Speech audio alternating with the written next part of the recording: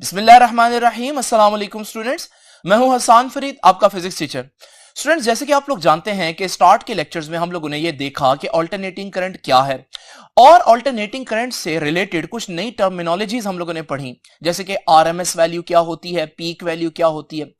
और स्टूडेंट्स, अब हम इस काबिल हो चुके हैं कि हम एसी सर्किट्स को डिस्कस करें, लेकिन हम एसी सर्किट के अंदर क्या कनेक्ट करेंगे, इसके लिए हमें आज का लेक्चर देखना पड़ेगा, जिसमें हम देखेंगे कि what are the basic circuit elements in AC circuits. के एसी सर्किट्स के अंदर वो क्या बेसिक सर्किट एलिमेंट्स हैं जो हम कनेक्ट करेंगे और उनका बिहेवियर क्या होगा। तो स्टूडेंट्स, आइए स्टार्ट करते हैं आज का लेक्चर।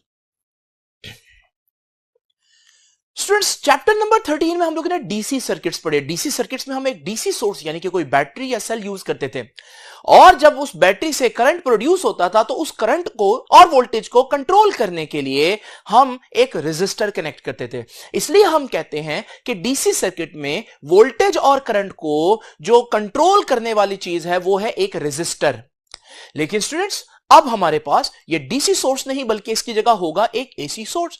अब ये एसी सोर्स जब करंट फ्लो करेगा तो उस करंट को कंट्रोल करने के लिए हमारे पास क्या एलिमेंट्स हैं। तो स्टूडेंट्स, अब हमारे पास रेजिस्टर तो है, लेकिन सिर्फ रेजिस्टर नहीं है, बल्कि हमारे पास कुछ और चीजें भी हैं जो हम लोगों ने डिस्कस करनी है। तो आज का हमारा आर्टिकल है बेसिक सर्किट एलिमेंट्स, यानी एसी सर्किट में बेसिक जो चीजें हम यूज करते हैं वोल्टेज और करंट को कंट्रोल करने के लिए वो क्या है। डीसी सर्किट में वो सिर्फ रेजिस्टर था, लेकिन यहां क्या होगा, याद रखिएगा, पहला बेसिक सर्किट एलिमेंट है रेजिस्टर, यानी जो डायरेक्ट करंट में डीसी सर्किट्स में करंट और वोल्टेज को कंट्रोल करता था वो एसी में भी वोल्टेज और करंट को कंट्रोल करेगा, यानी रेजिस्टर यहां पर भी हम यूज करेंगे।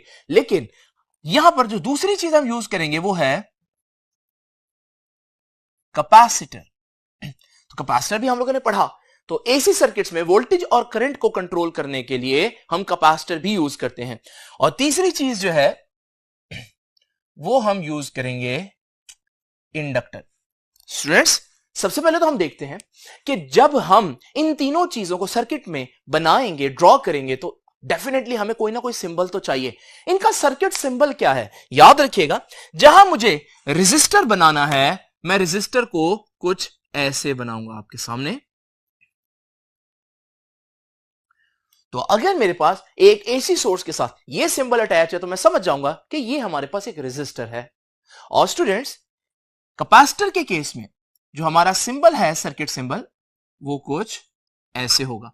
तो अगर मेरे एसी सर्किट्स के अंदर ये डिवाइस आपको लगी दिखाई दे तो आप समझ जाइएगा कि ये एक कैपेसिटर है जो हम लोगों ने यहां पर कनेक्ट किया।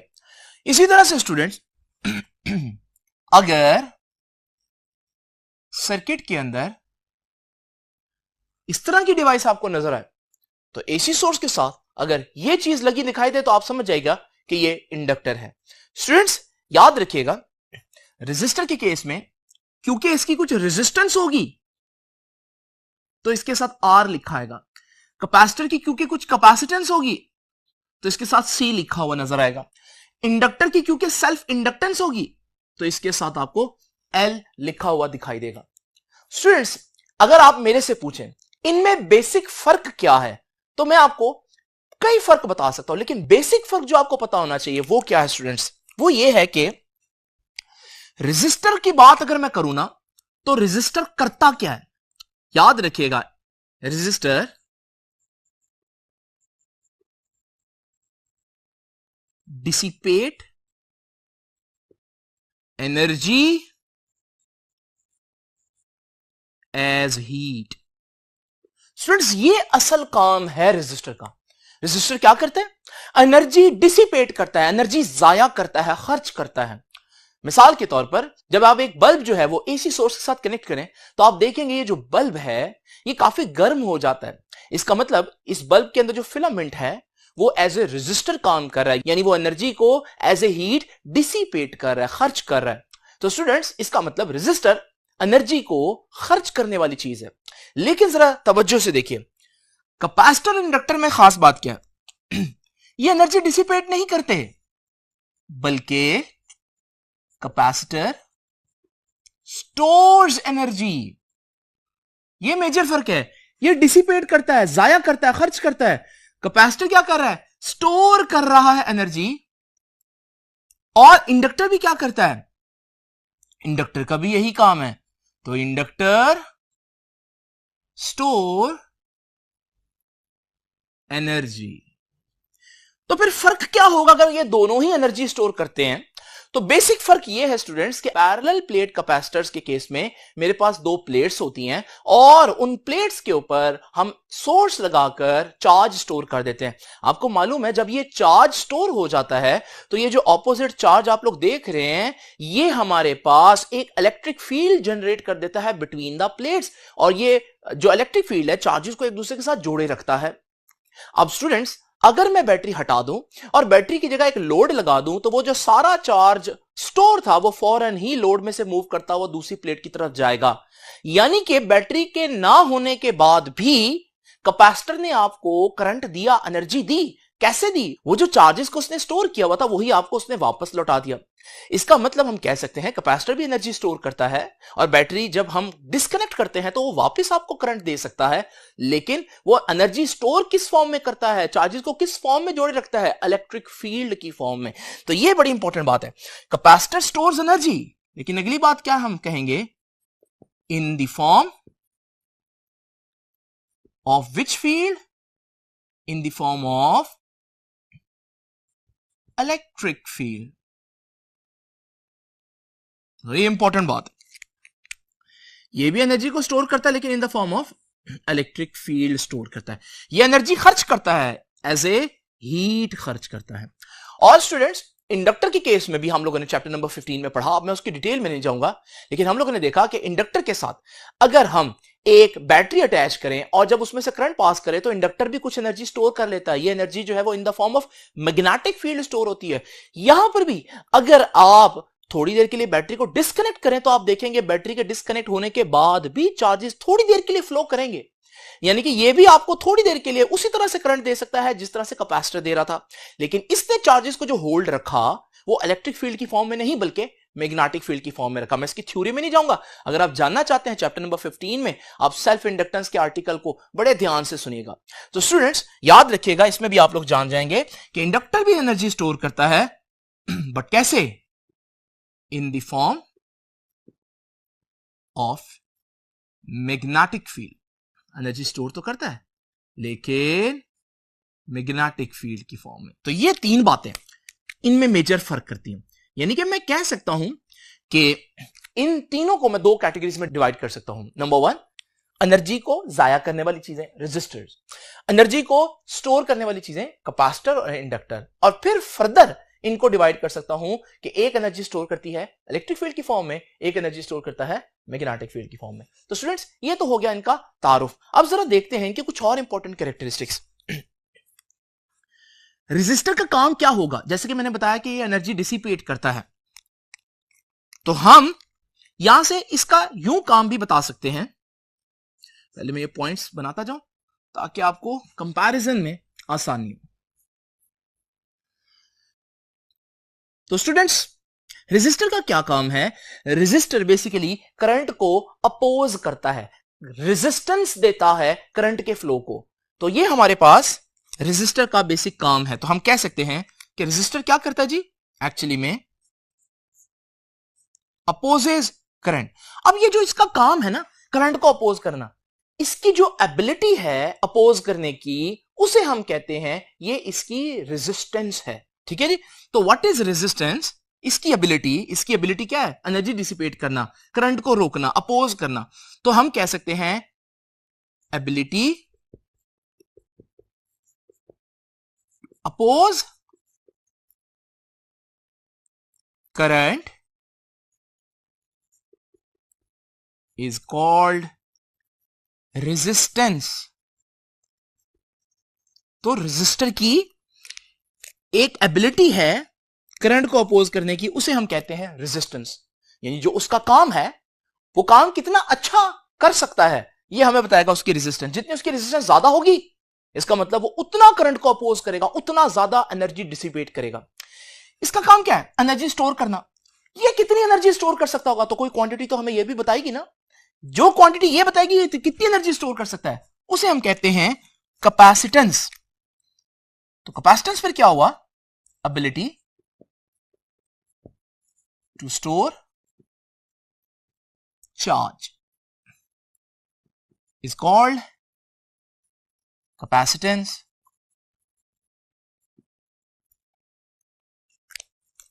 इसे हम C कह देते हैं, इसको हम रेजिस्टेंस को R कह देते हैं। और फिर स्टूडेंट्स इसका काम क्या है, एनर्जी को स्टोर करना, ईएमएफ इंड्यूस करना, ताकि जब बैटरी डिस्कनेक्ट हो जाए तो ये अपनी वो जो इंड्यूस्ड ईएमएफ है वो करंट की फॉर्म में आपको दे। तो स्टूडेंट्स इसकी जो एबिलिटी होगी उसको हम क्या कहेंगे, उसको कहेंगे सेल्फ इंडक्शन। तो हम यहां पर आसान अल्फाज में कह सकते हैं ability to induce EMF is called self induction. देखें ये इसकी टेक्निकल डेफिनेशन नहीं है, ये सिर्फ यहां पर इसका काम समझाने के लिए। सेल्फ इंडक्शन को हम कैपिटल एल से रिप्रेजेंट करते हैं। तो ये तीन कंपैरिजन में हम लोगों ने क्या सीखा, इन तीन कंपैरिजन में हम लोगों ने सीखा कि इसका काम ये था, इसका काम ये था, इसका काम ये था। ये अपना काम कितना अच्छा कर सकता है, कितनी एबिलिटी है, इसकी रेजिस्टेंस से पता चलेगा।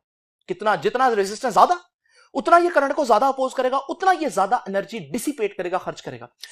इसका काम एनर्जी स्टोर करना, कितना कर सकता है, कैपेसिटेंस से पता चलेगा। जितनी कैपेसिटेंस ज्यादा उतनी ज्यादा एनर्जी स्टोर कर सकता है, उतना ज्यादा चार्जेस स्टोर कर सकता है। इसका काम है एनर्जी स्टोर करना मैग्नेटिक फील्ड की फॉर्म में, ईएमएफ इंड्यूस करना दूसरे अल्फाज में। ये कितना ईएमएफ इंड्यूस कर सकता है, ये कितना अच्छा है इस काम में, ये बताएगा सेल्फ इंडक्शन। जितनी एल की वैल्यू, सेल्फ इंडक्शन की वैल्यू ज्यादा, उतनी ये ज्यादा ईएमएफ इंड्यूस कर सकता है। तो स्टूडेंट्स ये थोड़ा सा हमें आइडिया हो गया कि रेजिस्टेंस, कैपेसिटेंस और इंडक्टेंस जो है वो क्या किरदार अदा करती है। नाउ स्टूडेंट्स यहां पर एक और इंपॉर्टेंट बात है कि इन सारी चीजों की अपनी अपनी फंडामेंटल इक्वेशंस हैं, वो भी आपको पता होनी चाहिए। क्योंकि जब हम रेजिस्टर लगाते हैं तो ओहम्स लॉ फंडामेंटल चीज है। तो रेजिस्टर के केस में याद रखिएगा सबसे बेसिक इक्वेशन क्या है, V is equal to I R. यह है बेसिक इक्वेशन जब हमारे पास रेजिस्टर होगा। तब जब कैपेसिटर यूज होगा तो सबसे सिंपल, सबसे बेसिक इक्वेशन होगी Q is equal to CV, और यह भी आप लोगों ने पढ़ी है। जब हमारे पास इंडक्टर यूज होगा तो सबसे बेसिक इक्वेशन होगी E is equal to L del I over del T, जहां L सेल्फ इंडक्शन है। मैं इसको सेल्फ इंडक्शन बोल रहा हूं, ये एक्चुअली सेल्फ इंडक्टेंस है स्टूडेंट्स। इसको गलती से सेल्फ इंडक्शन मैंने बोला है तो इसको सेल्फ इंडक्टेंस बोलना है। Self induction is the phenomenon, self inductance जो है इस क्वांटिटी को कहते हैं। तो बहरहाल ये जो L है ये सेल्फ इंडक्टेंस है, और याद रखिएगा ये जो E है ये सेल्फ इंड्यूस्ड ईएमएफ है। तो आप लोगों ने देखा ये वो बेसिक इक्वेशंस हैं। अगर रेजिस्टर होगा तो ये इक्वेशन, कैपेसिटर होगा तो ये इक्वेशन, और इंडक्टर होगा तो ये इक्वेशन। और ये इक्वेशन मैंने डायरेक्ट इसलिए बताई है क्योंकि ये आप लोगों ने पढ़ी है। चैप्टर 12 में ये इक्वेशन पढ़ी है, चैप्टर 13 में ये इक्वेशन पढ़ी है, और चैप्टर 15 में आप लोगों ने ये इक्वेशन पढ़ी है। तो इसका मतलब ये कोई नई चीजें नहीं है। अब स्टूडेंट्स आप लोगों ने देखा कि हमारे पास सबकी अपनी अपनी फंडामेंटल इक्वेशंस हैं। तो अगर मैं दोबारा से एक बात कह दूं वो ये है कि हमारे पास इन सब का एक प्राइमरी काम है, एक मेजर जॉब है। इसकी मेजर जॉब है करंट को अपोज करना, इसकी मेजर जॉब है एनर्जी स्टोर करना in the form of electric field, इसकी मेजर जॉब है एनर्जी स्टोर करना in the form of magnetic field. लेकिन स्टूडेंट्स ये जो दोनों चीजें हैं ना, ये दो जॉब्स करती हैं। ये थोड़ी सी गरीब समझ लें आप इसको, तो ये पार्ट टाइम भी एक जॉब करती हैं। इसका तो एक ही जॉब है ना, लेकिन ये दोनों असल जॉब क्या है इनका, एनर्जी स्टोर करना, चार्जेस स्टोर करना, ईएमएफ इंड्यूस करना। लेकिन इन दो कामों के अलावा ये दोनों चीजें पार्ट टाइम भी एक काम करती हैं, और पार्ट टाइम इनका काम क्या है, ये करंट को भी अपोज करती हैं। तो याद रखिएगा स्टूडेंट्स इन दोनों का एक और काम आपको बता रहा हूं, और वो क्या है कि ये भी करंट को अपोज कर सकते हैं। आप कहेंगे सर वो तो इसका काम नहीं था, ये करंट को अपोज करना किसका काम है, रेजिस्टेंस को। लेकिन स्टूडेंट्स इसका तो प्राइमरी काम है ना, इनका प्राइमरी काम नहीं है ये, इनका असल काम ये है एनर्जी स्टोर करना। लेकिन पार्ट टाइम जहां भी ये लगे होंगे करंट को भी अपोज करेंगे। अब ये इंपॉर्टेंट बात है जो आप लोगों ने नोट करनी है। अब क्वेश्चन ये है करंट को कितना अपोज करेंगे और उस क्वांटिटी को हम क्या कहेंगे? क्या इनकी ऑपोजिशन को रेजिस्टेंस कह दें? नहीं स्टूडेंट्स, रेजिस्टेंस जो है ना वो सिर्फ ये जो करंट को अपोज करेगा ना और एनर्जी को जाया करेगा in the form of heat, उसको हम कहते हैं रेजिस्टेंस। हर ऑपोजिशन को रेजिस्टेंस नहीं कहते, वो ऑपोजिशन जिसमें हीट जनरेट हो उसे रेजिस्टेंस कहते हैं। तो फिर इनकी जो ऑपोजिशन होगी करंट को, उसको मैं क्या बोलूंगा? तो आइए स्टूडेंट्स मैं बताता हूं। तो मैं आपको बता देता हूं, यहां पर कैपेसिटर का एक और काम है और वो क्या है? इंपॉर्टेंट चीज है। Capacitor can oppose current. Capacitor current को भी अपोज कर सकता है। इसकी ऑपोजिशन को क्या कहते हैं? उसकी ऑपोजिशन को कहते हैं कैपेसिटिव रिएक्टेंस। ठीक है जी। What is capacitive reactance? इसका सिंबल याद रखना, X C. So what is capacitive reactance? Capacitive reactance is the opposition offered by capacitor. किसको? To flow of current. तो करंट के बहने के दौरान करंट को अपोज अगर कैपेसिटर करे तो मैं इसको रेजिस्टेंस नहीं बोलूंगा, इसे मैं बोलूंगा कैपेसिटिव रिएक्टेंस। और स्टूडेंट्स याद रखिएगा, है तो ये ऑपोजिशन, और ऑपोजिशन का यूनिट क्या होता है? ओहम। तो याद रखिएगा हमारे पास इसका यूनिट जो है वो ओहम है। यूनिट से मुझे याद है, मैं आपको बताता चलूं कि जो रेजिस्टर की रेजिस्टेंस होती है इसको हम ओहम्स में मेजर करते हैं। कैपेसिटर की जो कैपेसिटेंस होती है इसको हम फैराड में मेजर करते हैं, ऐसा यूनिट है। और इंडक्टर की जो इंडक्टेंस होती है इसका ऐसा यूनिट है हेनरी। ये भी चीजें पढ़ी हम लोगों ने, सिर्फ मैं आपको रिवाइज कर रहा हूं कुछ इस तरह से, ताकि ये जो चैप्टर 16 में आगे हम लोगों ने पढ़ना है वो आपको प्रॉब्लम ना करे वहां पर। स्टूडेंट्स इसी तरह से मैंने आपको बताया था कि इंडक्टर जो है उसकी असल जॉब क्या है? एनर्जी स्टोर करना। लेकिन ये भी अपनी असल जॉब के साथ साथ पार्ट टाइम भी जॉब कर रहा है, और वही जॉब कर रहा है कि ये भी करंट को अपोज करता है। और इसकी ऑपोजिशन को भी मैं वो रेजिस्टेंस नहीं कह सकता, क्योंकि रेजिस्टेंस जो है वो रेजिस्टर की ऑपोजिशन को कहेंगे। इसकी ऑपोजिशन को मैं कहूंगा इंडक्टिव रिएक्टेंस। तो मैं यहां पर लिख देता हूं इंडक्टिव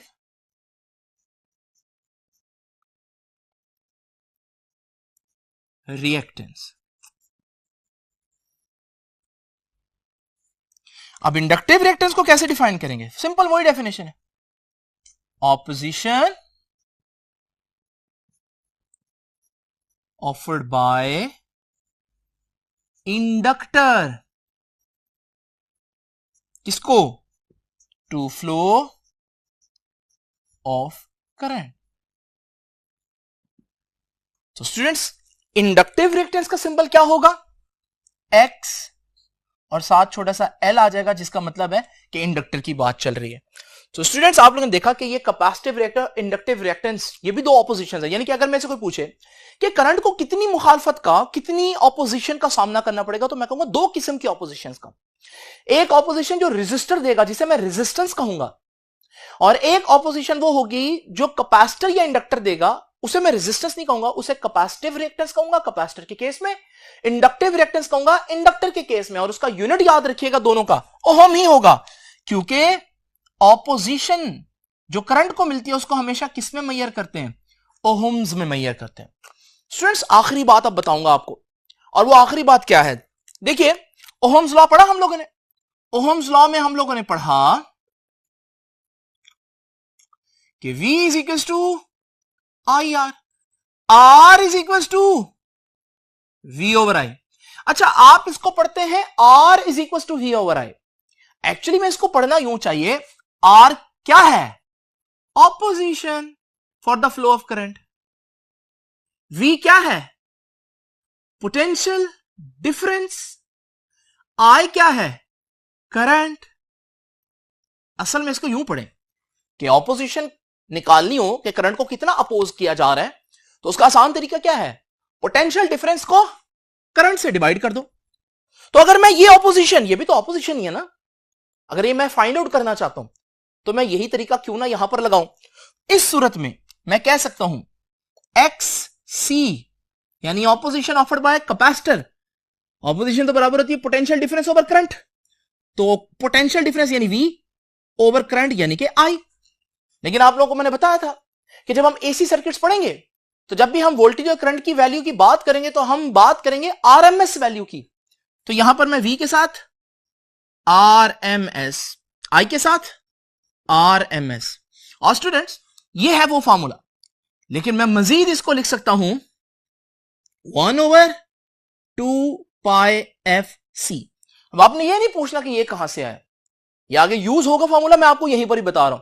तो xc is equal to 1/2πfc। और स्टूडेंट्स इंडक्टर के केस में भी इसी तरह से हम XL फाइंड आउट कर सकते हैं, और XL किसके बराबर होगा, वही तरीका V ओवर I। तो यहां पर भी V ओवर I, लेकिन RMS वैल्यूज, इसका है आंसर 2πfl। तो बस ये फॉर्मूले आपको याद होने चाहिए। स्टूडेंट्स ये हमारा आज का आर्टिकल है। आप सोच रहे होंगे कि मैंने ये चीजें आपको यहां पर इतनी ज्यादा डिटेल में क्यों बताई हैं, क्योंकि स्टूडेंट्स आज से हम जो आगे आर्टिकल्स डिस्कस करेंगे उनमें हम सर्किट्स को डिस्कस करेंगे।